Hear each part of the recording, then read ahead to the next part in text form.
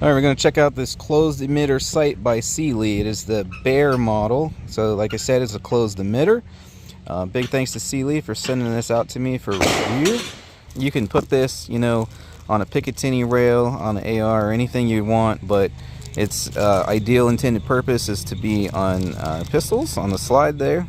Comes very nicely packaged, and it comes with, you can mount it on a RMR cut or MOS, the Glock cut, so they can send you separate plates for both of those, which is really nice. There's the RMR plate. Okay, comes with one battery, all the little screws and hardware you need there to mount it to either RMR or MOS. Of course, down in here you got your little tools for all the adjustments you would need to make, and I do believe that's it. Here's your instructions here. Now, I found it interesting in the paperwork, which tells you how to operate it, which, by the way, this is a shake awake. Okay, so you got the push button on and off, higher intensity, lower intensity, and it is shake awake.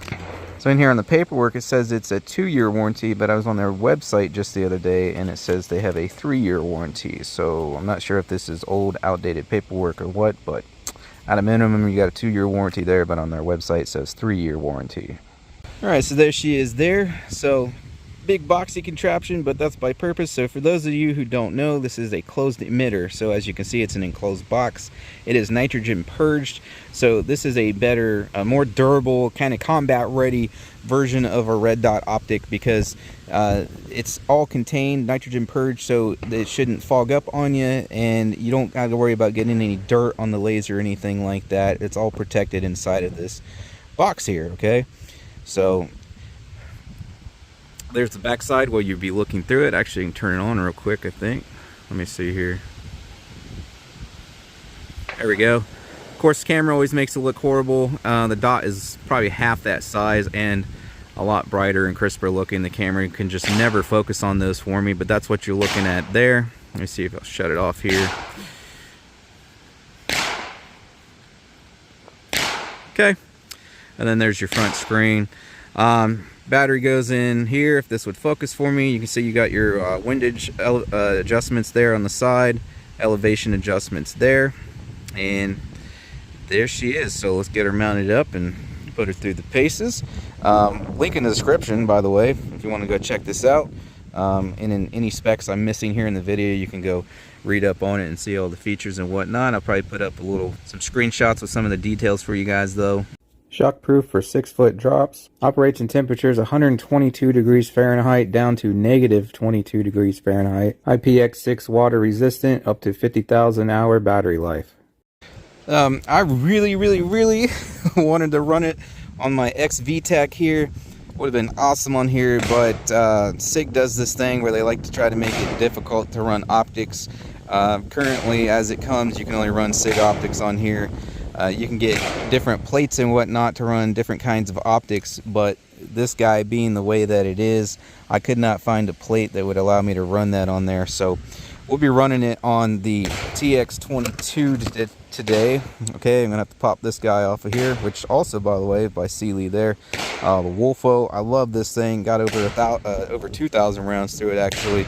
100-yard shots, easy as heck with this. I love this dot. It's the first one they sent me. I'll put a link in the description to that one as well if you want to check it out, and I'll put a link in the description to the original review video on that one. But we'll start out on the 22 here.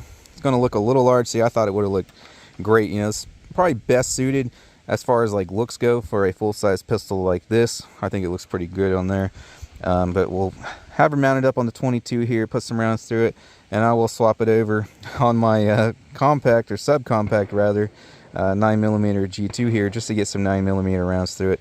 But honestly, guys, and I did some research on this, and it's hard to find data. You're not really beating it up anymore putting it on a 9mm or a 45 than you are on a 22, because the slide velocities are about the same. Because you got to think, yeah, the 9mm is more powerful than the 22, a lot more powerful, but that doesn't mean the slide velocity and the abuse that this thing would take is any more than a 22, because the 22 has a real light spring in there that's made for the light recoil of the 22. The slide still needs to cycle fully back to grab the round. And 9mm, It's got a lot more power, but it also has a lot stiffer spring so that the slide works appropriately. And based on my research, it's about the same amount of force and slide velocity with a 22 as what you get with 9mm. So there's really no difference as far as, like, you know, putting this through any sort of like torture test, if you will. Due to the spring weights matching the calibers appropriately, your slide velocities are actually pretty close. So it would beat it up on a 22 just as much as it would beat it up on a 9mm, but we're still going to run it on both today anyways. All right, so see where it's hitting on paper and make necessary adjustments to get this thing zeroed.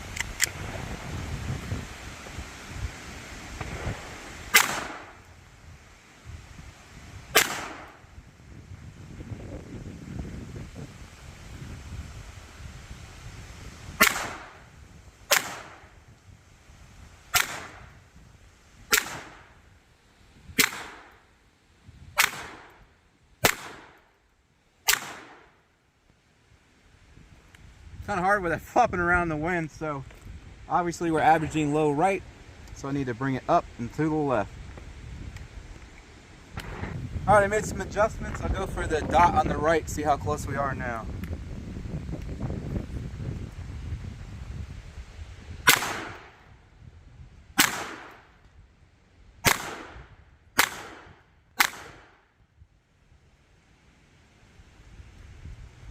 All right, looks like I still got to come up a lot more, a little more left.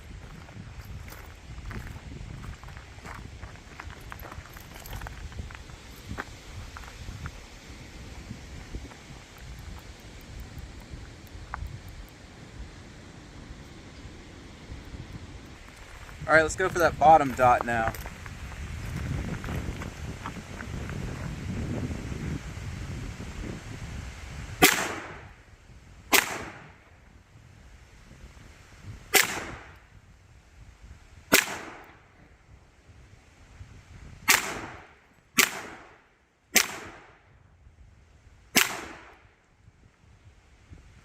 Okay, the one's low right's me pulling, but you can see there's actually like 3 or 4 right around bullseye, so I think it's good to go.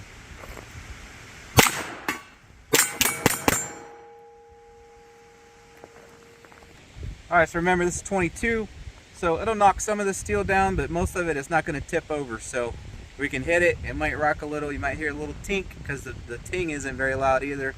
Such a small light bullet, so just because they're not falling over doesn't mean we're missing.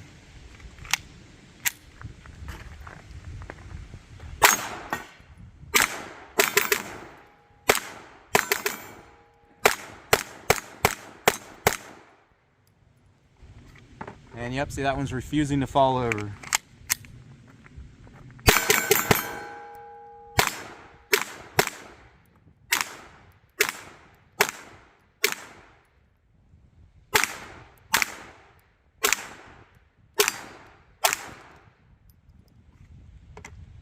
To the back there, that's 15 yards, by the way.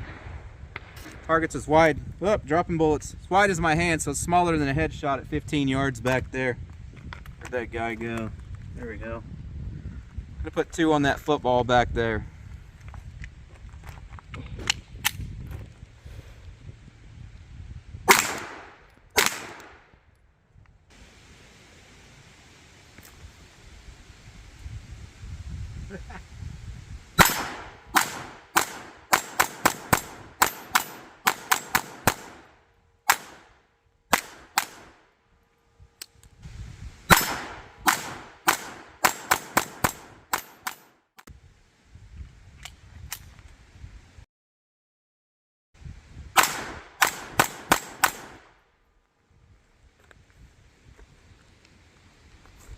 Yeah, you probably can't hear him hitting, but you should be able to see at least this close. It's wobbling them all over. A 22 just doesn't have enough power to knock them over. These are a little lower powered rounds, so I'm not sure if it'll cycle these 100% reliably or not with that optic on there. But we'll see.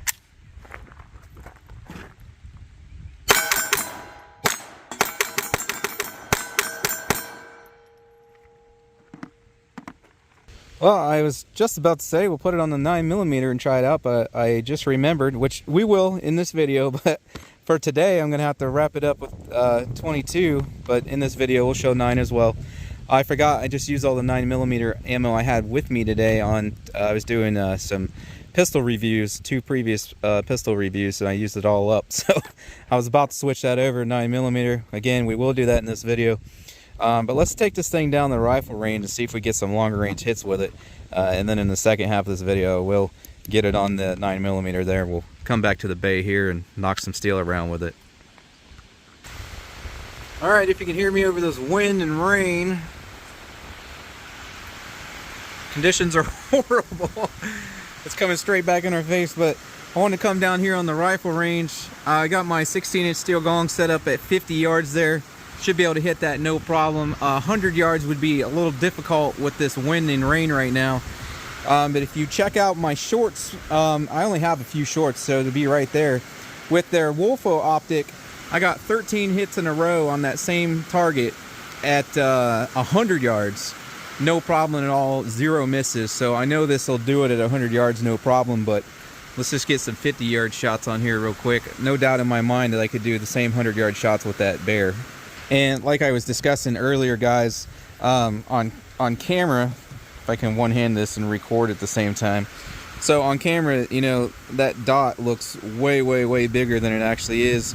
This is a very small, very fine dot. It's like a quarter of that size, and it looks much more vibrant, sharp, and bright and whatnot. So it's got a real nice small dot for reaching out there or being precise at any distance, really. But let's do some terrible condition 50-yard shots here, and then the second part of this video we'll get that on the 9mm, like I said, and put some 9mm rounds to it.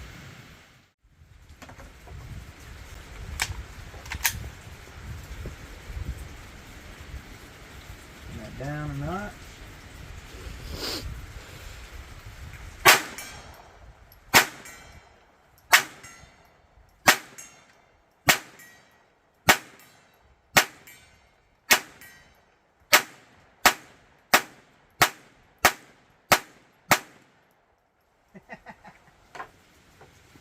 Well, I was hitting no problem. You heard them all in a row there. I was expecting drop from there. They didn't drop at all. Let's try that again. I was aiming towards the top half of it, but then when I started rapid there, it was going high.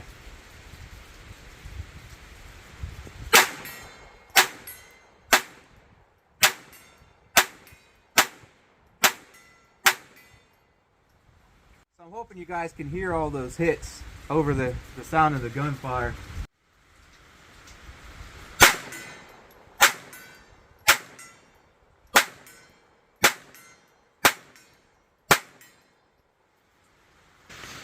I mean, that right there, that's why I love red dots, because I could not do that with iron sights. The iron sights are too large for precise shooting like that, and they would just block out the whole target. It'd be very difficult. That dot, it's, man, let me take a look here. Again, you guys can't really tell on camera. Yeah, that dot, to my eye, it's not even a quarter of the size of that target, so it's still leaving me plenty of room to see the target, unlike iron sights. So that just makes it stupid easy. 50 yards over and over there. As long as I'm not going too fast, I can hit it every single shot at 50 yards, no problem. Like I said, confident to do 100, no problem, like I did with the Wolfo. Again, if you want to see that, check out my shorts. If you want to see that, 100 yards, no problem. I would wager I could probably make at least 50-50 out of my hits at 75 yards just standing freehanding like that, but off the bench. And I get good trigger release and whatnot like I did with the Wolfo. I can drill 100 yards every time without missing. That's why having a red dot on your pistol is so cool. Makes you a pistol sniper.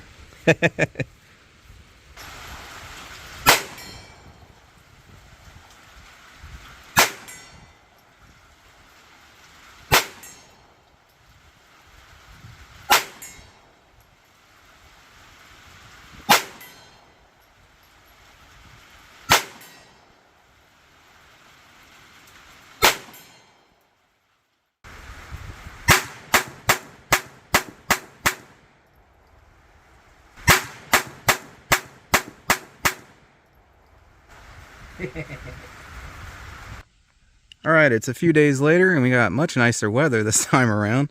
So I got her mounted up on the 9mm here, and I wanted to point out something to you guys. If this looked ridiculously high, which it is, on both these guns. I mean, it's going to look a little more wonky on this compact here. The TX22 is actually a bigger gun, but that's because these are not optic cut. You can see there where I had the rear sight removed, so I actually had to get this plate from Lakeline, and it actually fits both my PT111 G2 here and the Taurus TX22. Now, it doesn't fit all of them, so you got to make sure if you go to try to get one of these from any manufacturer, it only fits certain models, okay? But I just got lucky and it fits both these guns. So the way this plate works is it replaces the rear sight. So already you can see that bottom plate, it sticks up above the slide because there is no optics cut. It simply utilizes the notch where the rear sight was. So that automatically puts it higher because I need that plate. Now, your optics cut pistols, you know, it's going to be cut down into the slide, so this is going to sit, you know, a good bit lower there, so it won't be so honking high up like that. But even with that, I mean, as you saw with the 22, I had no issue whatsoever. It still feels natural, looks natural and whatever, even though, you know, it's high up there. But it will sit more naturally low on something that's actually optic cut, which ideally is what you're going to put this on. And like I said, this thing's going to look way better on a full-size pistol than it does on one of these compacts. But anyways, I just switched her over there, so we're going to have to re-zero for the new pistol. It's 9mm. So we'll start out on the target there and make the necessary adjustments, and then we'll finally be able to knock down some of the steel.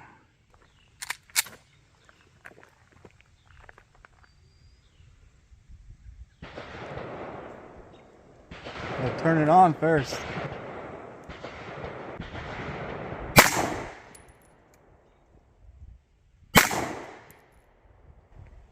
Alright, that's not too bad. It's pretty close. I just got to go left a little bit.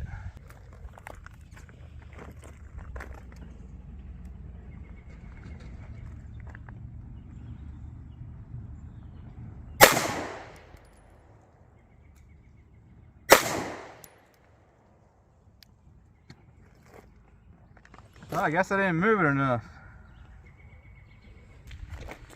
This gun's not particularly the most accurate 9mm I've ever owned.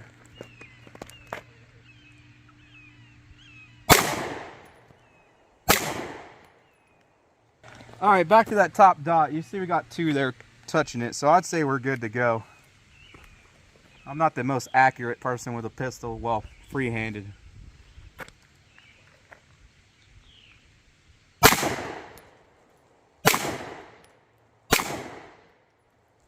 I say that's good enough. We'll call that zeroed. Alright, I might have said this earlier in the video, but laser rangefinder confirmed. Link in the description for this budget one. Those front ones there, 7.5 yards. Then that blue one there, we got it at 11 yards. And then the back row, those are smaller than a headshot. About the width of my hand there, 15 yards to that back row.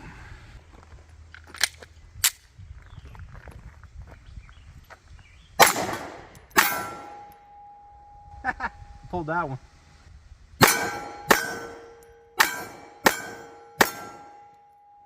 And I pulled that one.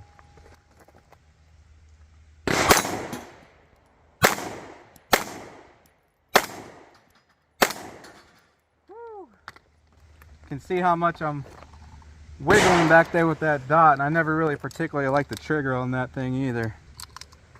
Yeah, you can see there on the plate I got like 3 dead center, and then you can see the 2 I pulled. Not my most favorite 9mm to shoot there. Just got a few in here.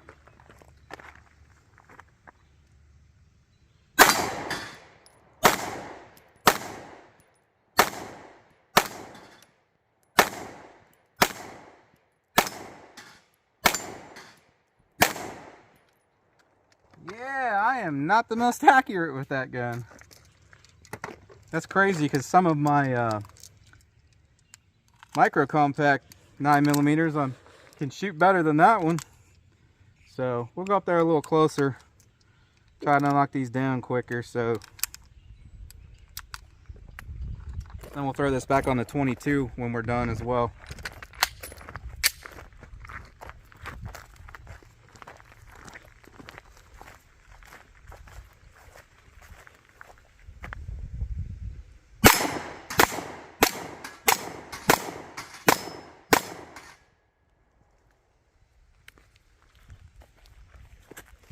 Just want to point out real quick before I forget, this thing is very bright. I only have it about halfway up, and I mean, it's broad daylight. It's sunny, the sun's out. I can't even see if I'm showing you the sun right now. It's so bright. So you don't have to worry about that not being bright enough. I only got it halfway up, and it's more than enough. So you'll have more than enough brightness for any situation. Well, I tried to mount it up on the 22 and do some more shooting, but my screw that holds that plate on so that we're able to mount an optic, it's stripped out on me. So I guess we're done for the day. It's not necessarily a bad thing though. I think this video is getting a little long. Alright, I'm going to wrap this up real quick though, since the video is already running over 20 minutes. I have no complaints. I love this thing. I just wish I could have got it mounted up on that full-size P320X VTAC. It would look good on there, and probably would have worked out a little better for me too, since I was actually optic cut. But like I said, SIG does weird crap where they try to make it to where you can only use their optics, so I wasn't able to get that up on there. I could get an RMR plate for it, but then that would like raise that higher than if it could just actually mount down in the slide there. So adding a plate would add extra height to it and whatnot. Plus the those plates I found were like $70, $80, $90, so screw that. But as long as you're not trying to go on a SIG, this will fit. Obviously, like I said in the beginning, it comes with the plate for the MOS, like on the Glock, so it's going to fit anything that has that. And it comes with the RMR plate as well. But that SIG that I had that I showed, that is not an RMR cut. It's something different.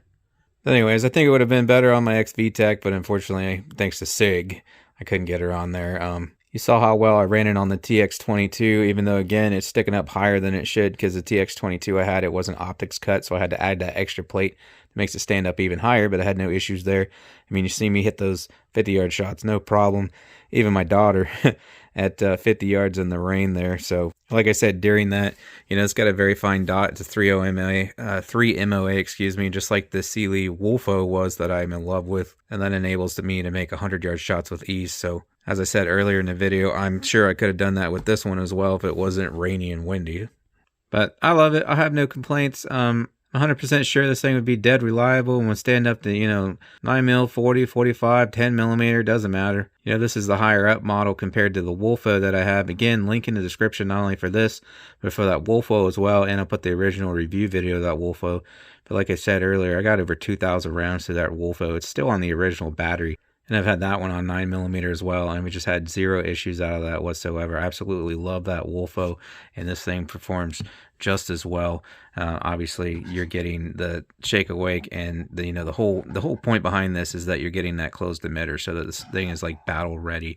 You're not going to get any dirt on the emitter and being nitrogen purged and whatnot. Your glass shouldn't fog up on you and whatnot. So that's what you're getting with this. That's why it's a little higher scale up there.